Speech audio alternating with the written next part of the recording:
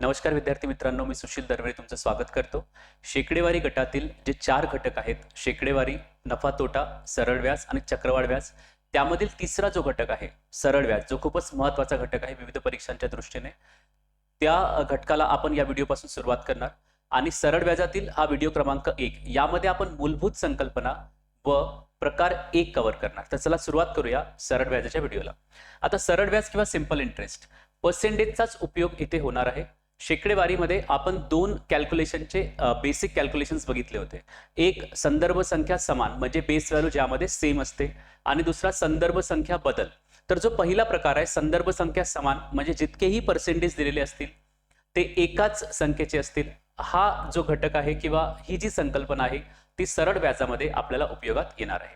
तर सर्वप्रथम सरळ व्याजाच्या मूलभूत संकल्पना समजून घेऊ की कोणकोणत्या टर्म्स इथे उपयोगात येतात। तर सर्वप्रथम असते मुद्दल।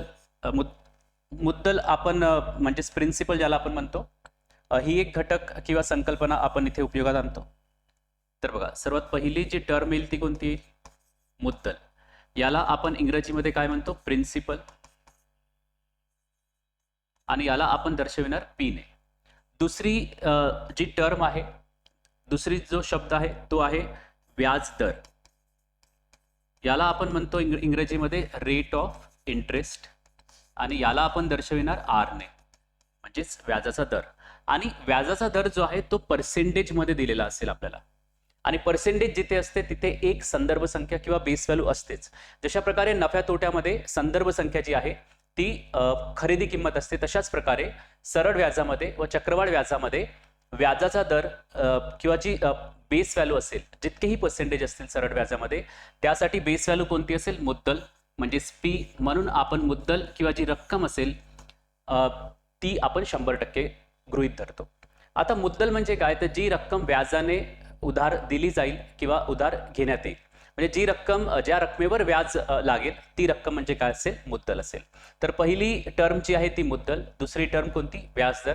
आता तिसरी टर्म जी आहे ती वेळ किंवा ज्याला आपण कालावधी म्हणतो, म्हणजे जितक्या वेळेसाठी व्याजाने पैसे दिले जातात किंवा घेतले जातात त्याला आपण वेळ किंवा कालावधी म्हणणार किंवा टाइम म्हणणार। याला आपण दर्शविणार टी ने। याला काही फॉर्म्युलांमध्ये एन ने सुद्धा दर्शविले जातं, पण आपण इथे टी ने दर्शविणार। त्यानंतर येणार सरळ व्याज। सरळ व्याज हा शब्द येईल। सरळ व्याज म्हणजेच काय? सिंपल इंटरेस्ट, आणि या शब्दाला आपण SI ने दर्शविणार, सिंपल इंटरेस्ट। तर ह्या 4 मेन टर्म आहेत, शब्द आहेत, जे आपल्याला सरळ व्याजाच्या आणि चक्रवाढ व्याजाच्या प्रश्नामध्ये कामात येतील। तशाच प्रकारे एक शब्द आणखी आहे, तो म्हणजे काय? रास, ज्याला आपण म्हणतो अमाऊंट। आता रास म्हणजे काय? तर मुद्दल अधिक व्याज, म्हणजे जी रक्कम व्याजाने दिली आहे त्यावर जितके व्याज मिळेल ते व्याज जर आपण प्लस केले तर आपल्याला काय मिळणार आहे? रास। म्हणजे अमाऊंट बरोबर मुद्दल अधिक व्याज। तर अमाऊंटला आपण ए ने दर्शविणार, म्हणजे ए चा फॉर्म्युला काय असणार? पी प्लस व्याज म्हणजे काय? Simple interest. हा एक फॉर्म्युला इथे तयार झालेला आहे। आता पुन्हा एकदा आपण रिवाइज करून घेऊया कोणकोणत्या इथे बेसिक शब्द जे आहेत किंवा शब्दावली जी आहे ती कशाची? सरळ व्याजाची। तर सर्वप्रथम येणार मुद्दल, ज्या रकमेवर व्याज अप्लाय होते किंवा ज्या रकमेवर व्याज कॅल्क्युलेट केले जाईल ती रक्कम म्हणजे काय? मुद्दल किंवा प्रिन्सिपल, आणि ती नेहमी 100% असेल। दुसरी टर्म आहे व्याज दर, म्हणजे रेट ऑफ इंटरेस्ट, पर्सेंटेज मध्ये असेल। व्याज दर वार्षिक सुद्धा असू शकतो, मंथली सुद्धा असू शकतो, पण सामान्यतः प्रश्नामध्ये व्याजाचा दर वार्षिक दिलेला असेल। वार्षिक व्याज दर म्हणजे काय? तर दर वर्षाला आपण व्याज कॅल्क्युलेट करणार। तिसरी संकल्पना किंवा तिसरा जो शब्द आहे तो वेळ, कालावधी किंवा टाइम, म्हणजे जितक्या वेळेसाठी पैसा व्याजाने दिला जाईल किंवा घेतला जाईल तो वेळ म्हणजे काय असणार आहे? टी। एक गोष्ट महत्वाची आहे इथे, एक लक्षात ठेवायची आहे की व्याजाचा दर आणि टी जो आहे, म्हणजे व्याजाचा दर जर वार्षिक असेल तर वेळ सुद्धा वर्षांमध्येच पाहिजे।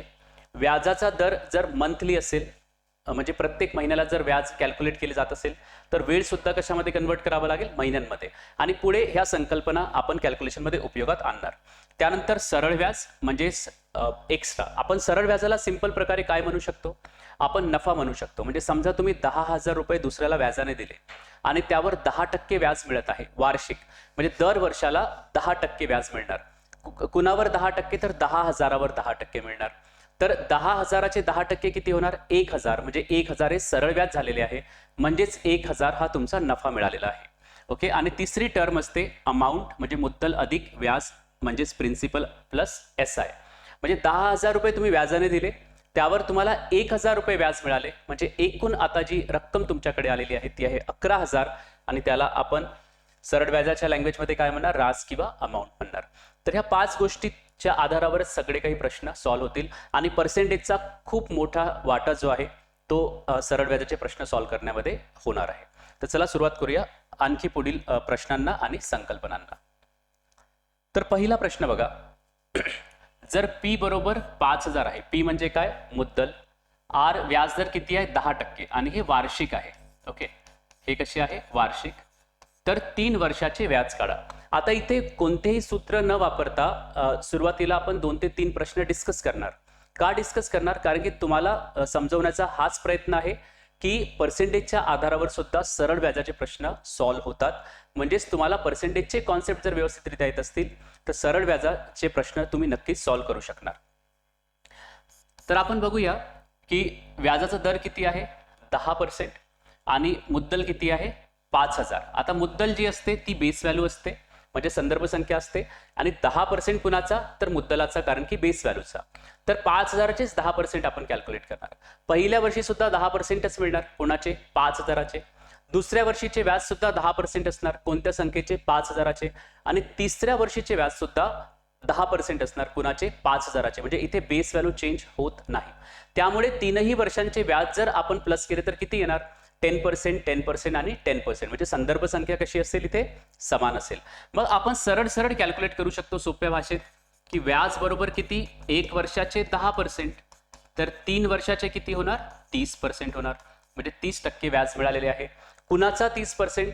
तर संदर्भ संख्येचा 30%, बेस व्हॅल्यूचा 30%. आणि सरळ व्याजामध्ये बेस व्हॅल्यू कोणती असणार आहे? मुद्दल किंवा प्रिन्सिपल म्हणजेच P. तर आपले उत्तर असणार 30%. कुणाचा? 5,000चा. तर 5,000चा चा म्हणजे गुणाकार 30/100. याचे 30% कॅल्क्युलेट करूया. 2 शून्य 2 शून्य कॅन्सल, 5 त्रिक 15 आणि 2 शून्यचे 2 शून्य. तर इतक्या सोप्या प्रकारे कोणताही फॉर्म्युला अप्लाय न करता पर्सेंटेजच्या आधारावर तुम्ही हे प्रश्न सॉल्व्ह करू शकता. अशा प्रकारे सुद्धा करू शकता. कोणत्याही संख्येचा 10% जर काढायचा असेल तर आपण त्या संख्येमध्ये 1 नंतर डेसिमल पॉईंट पुट करतो. म्हणजेच 10% बरोबर किती? 500. तर एका वर्षाचे व्याज 500 आले, तर 3 वर्षाचे व्याज किती होणार? 1500. अशा प्रकारे सुद्धा तुम्ही कॅल्क्युलेशन्स करू शकता. आता प्रश्न क्रमांक 2. जर 3,000चे 5 वर्षाचे सरळ व्याज किती आहे? 300 रुपये आहे. तर दशादशे व्याजाचा दर किती? दशादशे म्हणजे दर साल, दर शेकडा.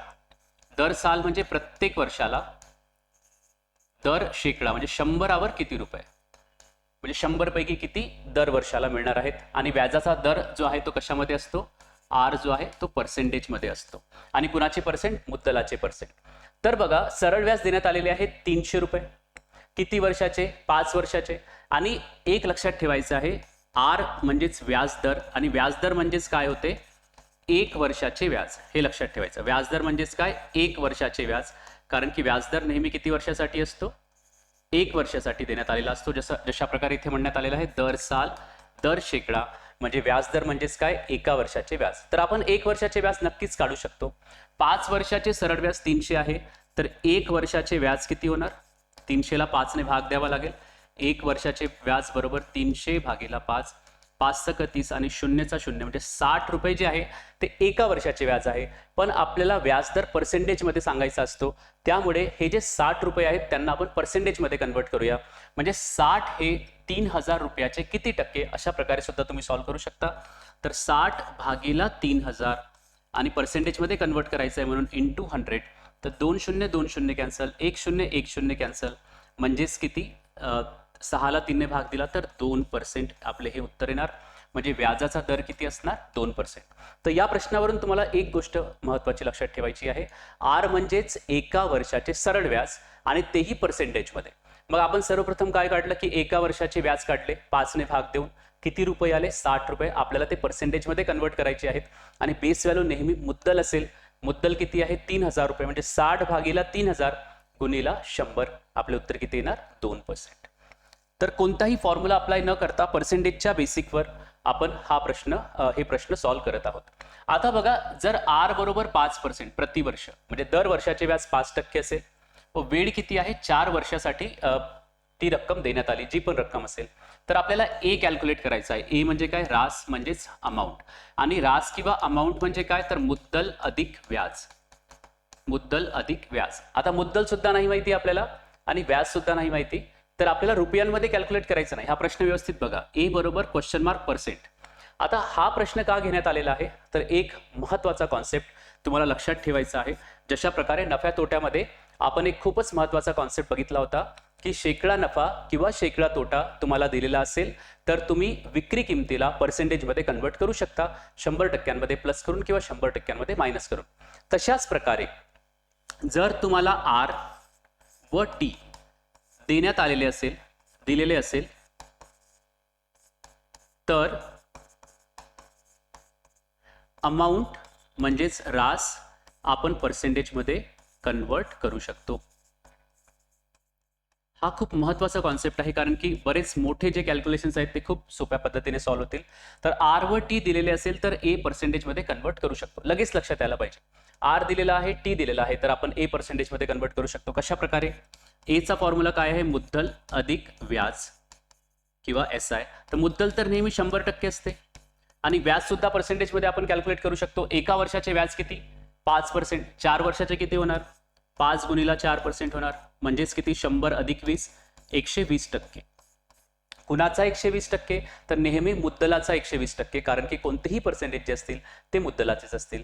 तर हे जे एक कॉन्सेप्ट आहे, हा महत्वाचा कॉन्सेप्ट तो तुम्हाला लक्षात असायला पाहिजे की आर व टी जर दिलेले असेल तर आपण अमाऊंट किंवा रास जे आहे ते पर्सेंटेजमध्ये कन्वर्ट करू शकतो, कारण की पी प्रिन्सिपल किंवा मुद्दल जे आहे ते नेहमी किती टक्के असेल? 100% असेल.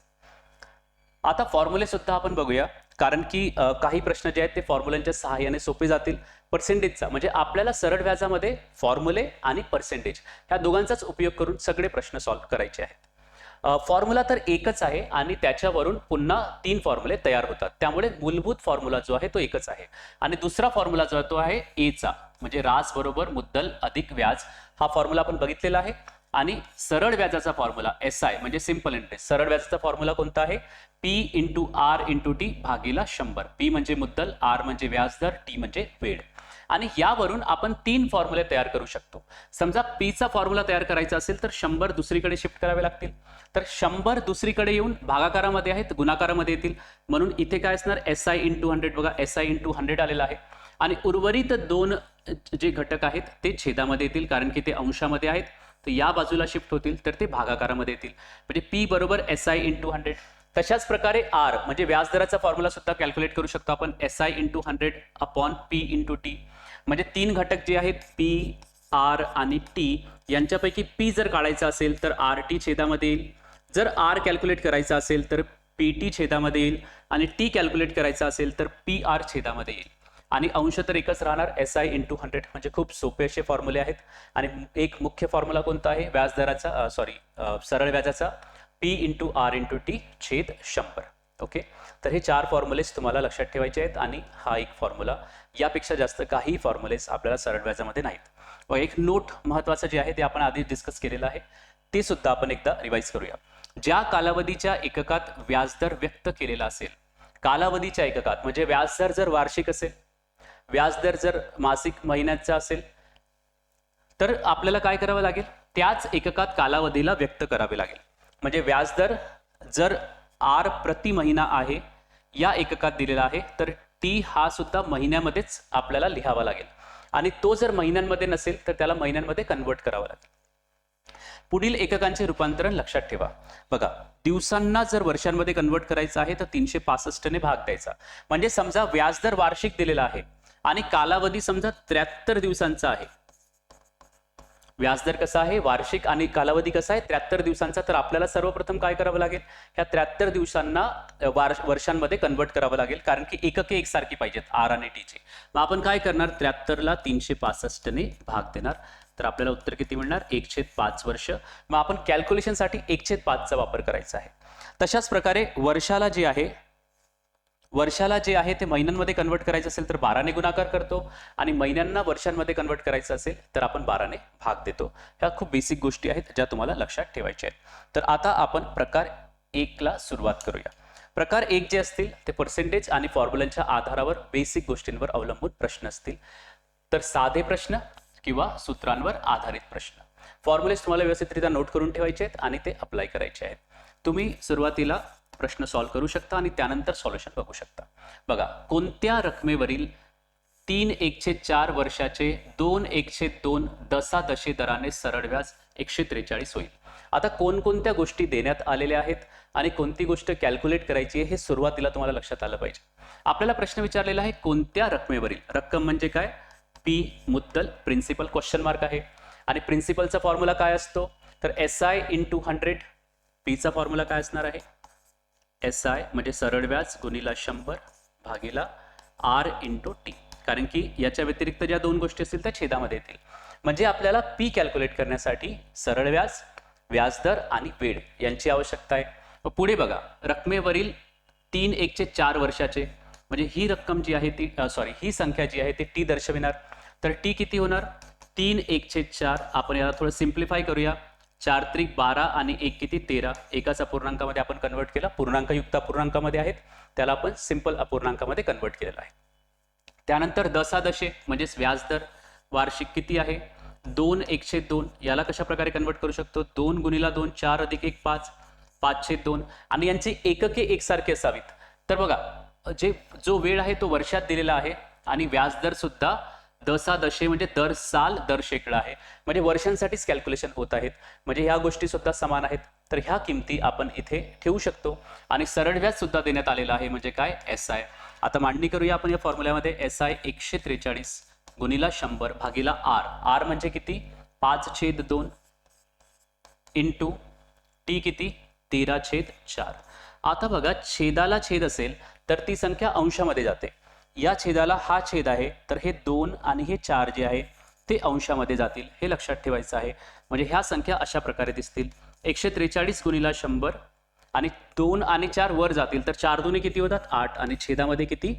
5 गुणिला 13. आता कॅन्सलेशन करूया. 5 ने भाग जातो 100 ला 20 वेळा आणि 13 ने भाग जातो 13 × 13 1 हातचे 13 × 13. आता गुणाकार करू शकतो आपण. तर इथे बघा, 11 दुनी 22 आणि 22 गुणिला 8. 8 दुनी 16 हातचा 1 8 दुनी 16 आणि 1 17 म्हणजे 176 आणि हा 0 1 उर्वरित आहे.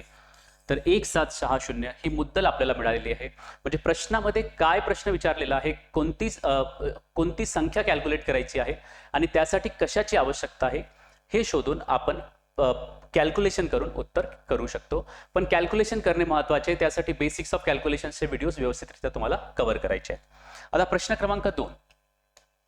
प्रश्न क्रमांक 2 बघा, सरळ व्याजाच्या विशिष्ट दराने. आता दर इथे देण्यात आलेला नाहीये. 5,000 रुपये 5 वर्षात 7,000 होतात. आता एक महत्त्वाचं वाक्य आहे ते मी उदाहरणाद्वारे समजावतो. समजा अशा प्रकारे वाक्य असेल की 3,000 रुपये हे 5,000 होतात. हे 5,000 रुपये होतात. म्हणजे व्याजाचा दर अप्लाय केला तर 3,000 रुपये हे 5,000 रुपये होतात. तर याचा अर्थ काय? तर 3,000 ही मुद्दल होणार म्हणजे प्रिन्सिपल होणार आणि 5,000 ही रास होणार म्हणजे अमाऊंट होणार. अमाऊंट म्हणजेच काय? मुद्दल अधिक व्याज. मुद्दल अधिक व्याज म्हणजेच 3,000 रुपये 5,000 रुपये झाले म्हणजे 5,000 व्याज नाही, ती रास आहे. म्हणजे त्याच्यामध्ये मुद्दल सुद्धा आहे. पण याच्यावरून आपण व्याज नक्कीच कॅल्क्युलेट करू शकतो.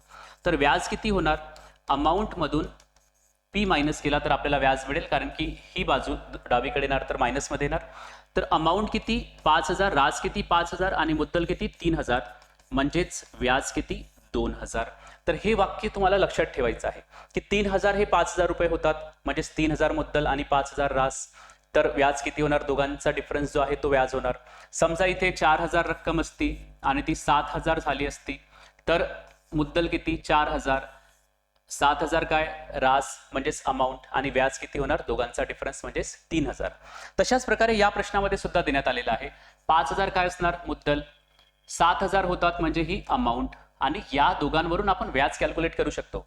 5,000चे 7,000 मिळत आहेत म्हणजे व्याज किती मिळत आहे? 2,000 रुपये.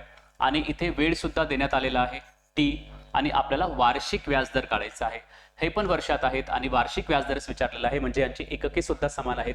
आता वार्षिक व्याजदर कॅल्क्युलेट करायचा आहे म्हणजेच आपल्याला आर कॅल्क्युलेट करायचा आहे आणि आरचा फॉर्म्युला आपण अप्लाय करणार. आर बरोबर काय, तर SI इंटू 100 आणि ज्या दोन घटक राहिलेले आहेत ते छेदामध्ये येतील. आता सिंपल इंटरेस्ट सुद्धा मिळणार. सरळ व्याज किती मिळणार, 7,000 मधून आपण 5,000 वजा केले तर सरळ व्याज मिळणार 2,000, कारण की मुद्दल आणि अमाऊंट देण्यात आलेले आहे. तुम्ही लिहू शकता व्यवस्थितरित्या, पण इथे आपण नोट केलेलं आहे मी, त्यामुळे पुन्हा P आणि A इथे लिहिलेलं नाही. तर बघा व्याज किती 2,000 इंटू 100 आणि P किती आहे 5,000 आणि T किती, वेळ किती 5 वर्ष. आता कॅल्क्युलेशन करायचे आहे. 3 शून्य 3 शून्य कॅन्सल. आता बघा 5 गुणिला 5 छेदामध्ये 5 गुणिला 5 बरोबर 25 आणि 25 ने 100ला भाग दिला तर 4 वेळा भाग जाईल आणि 4 दुनी किती 8, म्हणजेच व्याजदर किती 8% आलेला आहे. पर्याय क्रमांक 3 हे या प्रश्नाचे योग्य उत्तर असेल. पुढे सुद्धा बघू शकता आणि ज्यांना पर्सेंटेजवर कमांड चांगली आहे ते अशा प्रकारे सुद्धा बघू शकता. या प्रश्नाला 5,000चे 7,000 झाले म्हणजे व्याज किती मिळालेलं आहे SI आहे 2,000. हा 2,000 कुणावर मिळालेला आहे 5,000वर. तर 2,000 5,000चे किती पर्सेंट आहेत, तर 2,000 हे 5,000चे किती पर्सेंट आहेत हे कॅल्क्युलेट करण्यासाठी 100 ने गुणाकार करणार आपण. 0 0 कॅन्सल, 2/5 म्हणजे 40% होतात. म्हणजे बघा 5 वर्षात 40% व्याज मिळालेला आहे आणि व्याजदर काढायचा आहे. व्याजदर म्हणजे काय, एका वर्षाचा व्याज. तर 5 वर्षाचे 40%, तर एका वर्षाचे किती मिळणार 40/5 म्हणजेच किती 8%. अशा प्रकारे सुद्धा ज्यांचे पर्सेंटेज चांगले असतील ते कॅल्क्युलेट करू शकता. अदरवाईज फॉर्म्युल्याने सुद्धा आपण हा प्रश्न हँडल करू शकतो. प्रश्न क्रमांक 6 बघा. दशादशे दरसाल दर शेकडा 8% व्याजदराने, म्हणजे व्याजदर इथे देण्यात आलेला आहे किती 8%.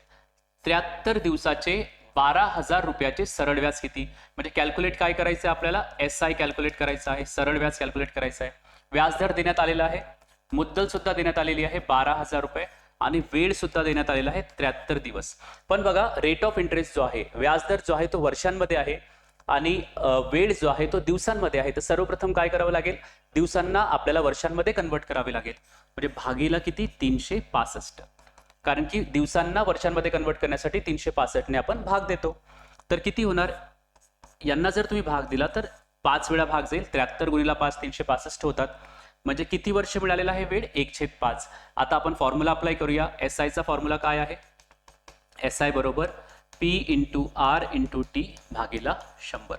तर मुद्दल किती, मुद्दल आहे 12,000, व्याजदर किती तर 8%, तर 8 आणि वेळ किती तर 1/5. बघा 1 अंशामध्ये येईल आणि 5 छेदामध्ये येईल. तर 1 अंशामध्ये आणि याच्या छेदामध्ये किती येणार 5 आणि ऑलरेडी छेदामध्ये 100 आहेत. तर हे 100 आपण इथे लिहूया. कॅन्सलेशन करू. 2 शून्य ने 2 शून्य कॅन्सल. 5 ने 120ला भाग देऊ.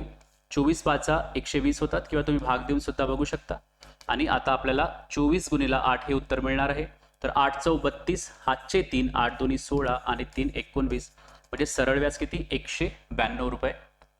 तरी आपल्याला सरळ व्याज मिळालेलं आहे. तर इथे 0 1 एक्स्ट्रा आलेला आहे, ते तुम्ही व्यवस्थितरित्या कॅल्क्युलेट कराल. तर 192 रुपये हे व्याज आहे. तर पुढील प्रश्न आपण बघूया. एकदा आपण शून्यासाठी कॅल्क्युलेशन्स एकदा चेक करून बघूया. SI बरोबर 12,000 इंटू 8 आणि 100 भागीला 5, 2 शून्य 2 शून्य कॅन्सल, 5 ने भाग दिला बरोबर आहे 192 येणार. इथे 1 शून्य कमी पाहिजे. पुढील प्रश्न आपण बघूया. प्रश्न क्रमांक 7. प्रश्न क्रमांक 7 बघा आणि स्वतः कॅल्क्युलेट करण्याचा प्रयत्न करा सुरुवातीला, त्यानंतर सॉल्युशन्स बघा. P बरोबर किती 4,000, A अमाऊंट देण्यात आलेला आहे किती 7,000. आता प्रिन्सिपल देण्यात आलेला आहे, मुद्दल देण्यात आलेली आहे आणि रास सुद्धा देण्यात आलेली आहे. यावरून आपण सरळ व्याज कॅल्क्युलेट करू शकतो. 4,000चे 7,000 होत आहेत, म्हणजे यावरून एक गोष्ट आपल्याला आणखी माहिती झाली, सरळ व्याज किती 3,000 रुपये. T 15 वर्ष आहे, R दशादशे म्हणजे दर साल दर शेकडा, वार्षिकच आहे, हे सुद्धा वार्षिकच आहे. R चा फॉर्म्युला आपण इथे अप्लाय करूया. R बरोबर किती SI म्हणजे सरळ व्याज गुणिला 100 भागीला P गुणिला T. तर सरळ व्याज किती आहे 3,000 गुणिला 100 भागीला किती P प्रिन्सिपल किती 4,000 गुणिला T, वेळ किती 15 वर्ष. आता कॅन्सलेशन करूया. तर बघा 15 ने आधी कॅन्सल करूया. 15 दोन्ही 30 आणि 2 शून्यचे 2 शून्य. आता हे 2 शून्याने 2 शून्य कॅन्सल, 1 शून्याने 1 शून्य कॅन्सल. तर इथे 2 गुणिला 10 बरोबर 20 भागीला 4 आणि 20 भागीला 4 बरोबर किती 5, म्हणजेच व्याजदर किती आलेला आहे 5%. तर सिंपल फॉर्म्युलेच्या सहाय्याने आपण हे प्रश्न सॉल्व्ह करू शकतो. नेक्स्ट क्वेश्चन, प्रश्न क्रमांक 8. इथे अमाऊंट देण्यात आलेला आहे, आर देण्यात आलेला आहे, टी आणि पी कॅल्क्युलेट करायचा आहे. पी किती टक्के असतो नेहमी 100%. आता इथे एक नियम तुम्हाला लगेच लक्षात यायला पाहिजे, तो म्हणजे कोणता? आर व टी ज्यावेळी देण्यात येत असेल त्यावेळी आपण अमाऊंट पर्सेंटेजमध्ये कन्वर्ट करू शकतो. म्हणजेच खूप सोप्या पद्धतीने सॉल्व्ह होणार. तुम्हाला मुद्दल बरोबर एक्स गृहीत धरण्याची आवश्यकता नाही. तर आपण हा प्रश्न पर्सेंटेजनी सॉल्व्ह करूया. व्यवस्थितरित्या तुम्ही पाठांतर करायचा आहे हा नियम, की आर व टी म्हणजे व्याजदर आणि वेळ जर देण्यात आलेला असेल तर आपण अमाऊंट म्हणजे रास जी आहे पर्सेंटेजमध्ये कन्वर्ट करू शकतो. आता बघा अमाऊंट किती आहे 8,000, पण आधी आपण पर्सेंटेजमध्ये लिहूया.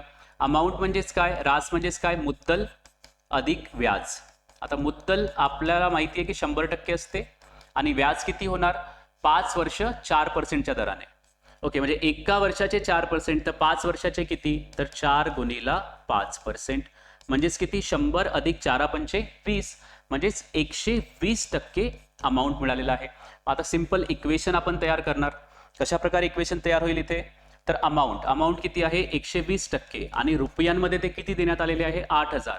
तर 120% बरोबर 8,000. तर मुद्दल कॅल्क्युलेट करायची आहे, तर मुद्दल नेहमी किती असते 100% असते. आता तिरप्या गुणाकाराने आपण हा प्रश्न सॉल्व्ह करू शकतो.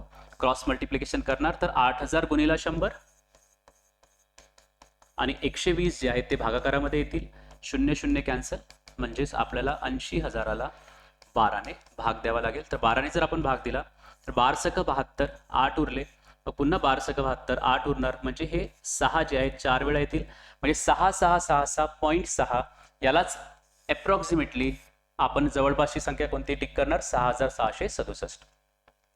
तर महत्वाचा नियम हा जो प्रश्न आहे या आधारावर आपण खूप सोप्या पद्धतीने सॉल्व्ह केला आहे. त्यानंतर प्रश्न क्रमांक 9.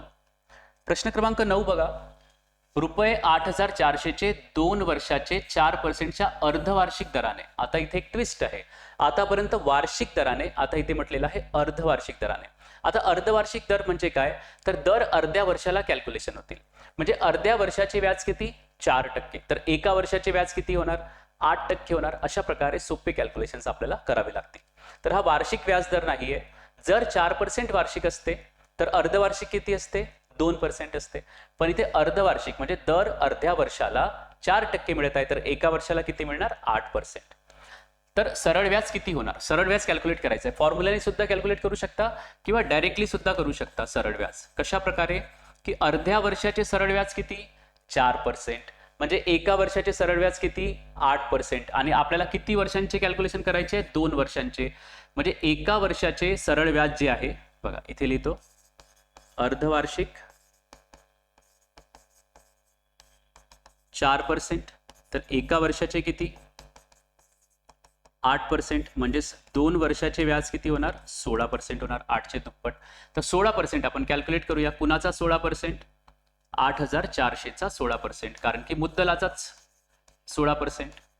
तर 4,800चा म्हणजे गुणाकार 16 भागीला 100, 2 0 2 0 कॅन्सल, 16 गुणिला 8 128, हातचे 12, त्यानंतर 16 64 म्हणजे 76, तर 7,068 हे या प्रश्नाचे उत्तर येईल. म्हणजेच यापैकी नाही हा योग्य पर्याय असणार आहे. फॉर्म्युलाने सुद्धा करू शकता. फॉर्म्युलाने कशा प्रकारे करता येईल बघा, एका वर्षाचे व्याज किती होणार 4 गुणिला 2 म्हणजेच 8%, आणि SI कॅल्क्युलेट करायचे आहे सरळ व्याज, तर P गुणिला R गुणिला T भागीला 100. मुद्दल किती आहे तर 4,800, तर 4,800 गुणिला व्याज किती आपण 8% कॅल्क्युलेट करूया कारण की वार्षिक आपण घेतोय. टी वेळ किती 2 वर्ष भागीला 100, 0 0 कॅन्सल, परत 30 संख्या आलेली आहे, 8 दुनी 16, 16 8 128, 12 16 64 आणि 12 76. तर 768 हे या प्रश्नाचे उत्तर आहे. पर्याय नाही, त्यामुळे यापैकी नाही हा योग्य पर्याय असणार आहे. पुढील प्रश्न बघा, प्रश्न क्रमांक 10. तर एका व्यक्तीने 9,000 2 वर्षासाठी 5% वार्षिक दरावर व्याजाने घेतले, म्हणजे 9,000 रुपये 5%नी घेतले. तर बघा सिंपल कॅल्क्युलेशन आपण करू शकतो. एका वर्षाचे व्याज 5%, तर 2 वर्षाचे व्याज किती 10%, म्हणजे त्याला 10% द्यावे लागतील व त्याच रकमेला 6% वार्षिक दराने व्याजाने दिले. म्हणजे 5%नी घेतले आणि 6%नी दुसऱ्याला दिले. म्हणजेच किती पर्सेंट बेनिफिट मिळालेला आहे किंवा नफा किती झालेला आहे 1% एका वर्षाचा. खूप सिंपल आहे. 5% द्यावे लागत आहेत आणि 5% द्यावे लागत आहेत आणि 6% त्याला मिळत आहेत, तर 1% नफा मिळालेला आहे. या व्यवहारात झालेला नफा किती, तर बघा एका वर्षाचा नफा किती होणार 6% वजा 5% बरोबर 1%. आणि कुणाचा 1%, तर ही विचार करण्याची आवश्यकताच नाहीये. नेहमी मुद्दलाचा म्हणजे प्रिन्सिपलचा 1%. पण कॅल्क्युलेशन जे आहे ते 2 वर्षासाठी आहेत, म्हणून 2 वर्षाचा नफा किती होणार 2 वर्षाचा नफा किती 2% होणार. 1% गुणिला 2 बरोबर 2%. कुणाचा 2%, 9,000चा 2%. आता बघा कोणत्याही संख्येचा जर 1% कॅल्क्युलेट करायचा असेल तर आपण उजवीकडून 2 नंतर दशांश चिन्ह लावतो, म्हणजे 1% आपल्याला व्हॅल्यू मिळते. तर 1% ची व्हॅल्यू किती होणार 90 रुपये. तर 1% बरोबर 90, तर 2% बरोबर किती होणार 180 रुपये. म्हणजे याचा एकूण नफा किती 180 रुपये. म्हणजे पर्याय क्रमांक 1 ह्या प्रश्नाचे उत्तर असेल. आता ज्यांना फॉर्म्युल्याने हा प्रश्न सॉल्व्ह करायचा असतो, पण ह्याच पद्धतीने तुम्हाला करायचा आहे, खूप सोपं आहे. आणि फॉर्म्युल्याने जर करायचा असता तर कशा प्रकारे विचार केला असता आपण, की बघा SI म्हणजे सरळ व्याज 2 वजा सरळ व्याज 1 बरोबर नफा. म्हणजे सरळ व्याज 2 म्हणजे जितके मिळत आहेत आणि सरळ व्याज 1 म्हणजे जितका व्याज द्यावा लागत आहे, त्याच्यातील फरक जो असेल तो नफा असेल. आणि इथे आता सरळ व्याजाचा फॉर्म्युला आपण लावू शकतो, P into R into T भागीला 100. आता इथे P1 R1 आणि T1 करूया आणि इथे P2 into R2 into T2 भागीला 100 करूया बरोबर काय मिळणार नफा. तर इथे किंमत ठेवूया. दोघांसाठी मुद्दल किती आहे 9,000 रुपये. व्याजाचा दर पण दुसऱ्या याच्यासाठी किती आहे 6% आणि किती वेळासाठी 2 वर्षांसाठी भागीला किती 100. इथे सुद्धा 9,000 रुपये मुद्दल आहे. व्याजाचा दर 5% आणि वेळ किती 2 भागीला 100. आता तुम्हाला जर हे कन्फ्युजन होत असेल की हे 5 म्हणजे ही टर्म सुरुवातीला का लिहिली नाही, ते सुद्धा तुम्ही लिहू शकता. पण मायनसमध्ये जेव्हा आन्सर येईल त्याला आपण प्लस करून टाकायचं. तर हे मागे पुढे झाले तरी काही प्रॉब्लेम नाही, त्यांच्यातील फरक जो आहे तो नफा असणार आहे. मग कॅल्क्युलेशन करू शकता. 2 0 2 0 कॅन्सल, 2 0 2 0 कॅन्सल. तर साइन दोन्ही 12 12 9 108 म्हणजे 1080 इतकं व्याज मिळत आहे. आणि किती द्यावे लागत आहेत, तर 5 दोन्ही 10 10 गुणिला 90 बरोबर 900 इतके व्याज द्यावे लागत आहे. तर दोघांचा फरक किती 180 रुपयाचा नफा मिळणार आहे. पण यापेक्षा पर्सेंटेजच्या आधारावर प्रश्न सॉल्व्ह करणे कधीही सोपे जाणार आहे अशा प्रकारचे. ओके, तर आय होप की तुम्हाला हा भाग 1 जो आहे व्यवस्थितरित्या समजला असेल. आपण कॉन्सेप्ट्स बघितले, कोणत्या मूलभूत संकल्पना टर्म्स उपयोगात आणतात ते बघितल्या आणि त्याच्याच आधारावर आपण पुढील प्रकार सुद्धा सॉल्व्ह करणार पुढील भागात. Thank you very much.